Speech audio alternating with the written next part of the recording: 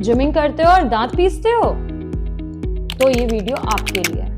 Actually ये body का normal response होता है to keep the body stable. जब आप हेवी डेडलिफ्ट करते हो ना, तो अपने बॉडी को स्टेबल रखने के लिए आप अपने दांतों और जबड़ों पर प्रेशर डालते हो। इस वजह से क्या होता है, दांतों की ऊपरी लेयर घिसने लगती है, इसे हम लोग एट्रीजन कहते हैं। इस चीज से बचने के लिए आप अपने डेंटिस्ट के पास जाइए और कस्टमाइज गार्ड बनवाइए, टीथ गार्ड। तो वो क्या होगा, उससे आपके दांतों पे प्रेशर कम करेगा और दांतों की लेयर कम घिसेगी। For more such information keep following our page.